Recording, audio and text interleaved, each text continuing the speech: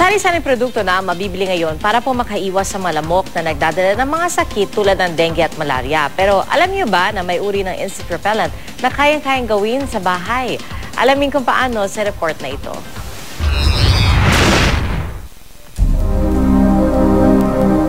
Ngayong tagulan, sigurado ka bang protektado ang iyong anak laban sa mga lamok?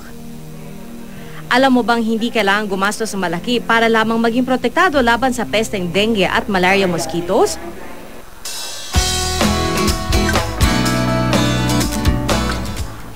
Mismo ikaw kasi maaring gumawa ng insect repellent at simple lang ang paggawa nito. Isa sa pinakamadaling gawin ng lemon-based insect repellent. Hiwain lang ang lemon, papakuluan sa tubig, at saka sasalain.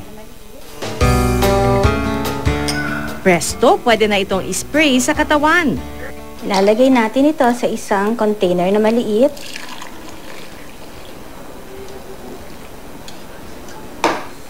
At hayaan muna natin itong lumamig.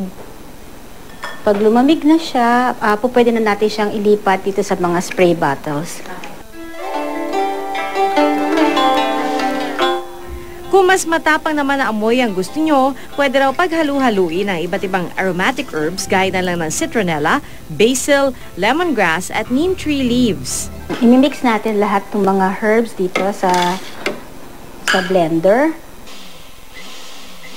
Kukunin natin itong mga herbs na to at isasalin natin sa isang container.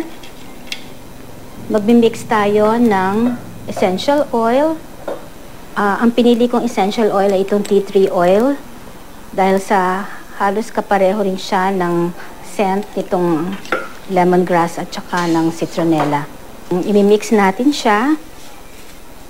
Ipo-pour natin siya dito sa kumukulong tubig. Isa-strain natin sa isang container. Ang mga leaves tulad ng citronella, yung mga lemongrass, like yung mga basil, they have very strong odors na nakaka-confuse sa mode of detecting ng mga insects para mahanap nila yung kanilang prey. So, kung for example, meron tayo kasing certain scent or odor na nakaka-attract sa mga mosquitoes. So, yun yung fina-follow nila na track.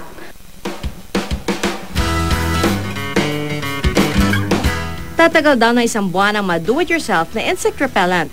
At para mas epektibo, pwede raw itong spray sa balat kada isang oras.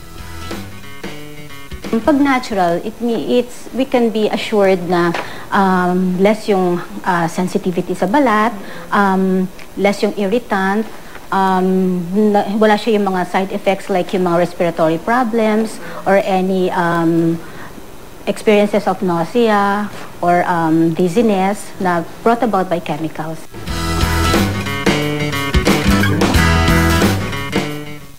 Bukod sa paggawa ng insect repellent, pwede rin daw magtanim ng puno gaya ng eucalyptus o citronella sa bakuran. Kung maraming puno, syempre mag-emit ng amoy yan eh. But remember, hindi naman ito nasusustain din ng ganong katagal. Na nagre-repel nga, but then we're not really addressing the issue pa rin. Na ando pa rin yung lamok eh. Ando pa rin ang problema. Pero payo ng mga eksperto, wag lang iasa sa mga repellent ang seguridad ng inyong mga anak. Ika nga nila, prevention is better than cure. Kaya payo ng Department of Health, Ni-revitalize namin ang frog lock habit. Meron tayong tinatawag na stop, look, and listen. Stop at 4 p.m. Look at your surrounding and do your search and destroy kung meron mga containers na merong clean and stagnant water. And listen to your barangay health officials. Kung ano yung mga dapat nilang gawin, yung mga payo, at yung mga dapat say, sundin para maiwasan ang pagdami ng lamok. It's really boils down to maintaining na wala talaga pwedeng pangiklugan ng surrounding.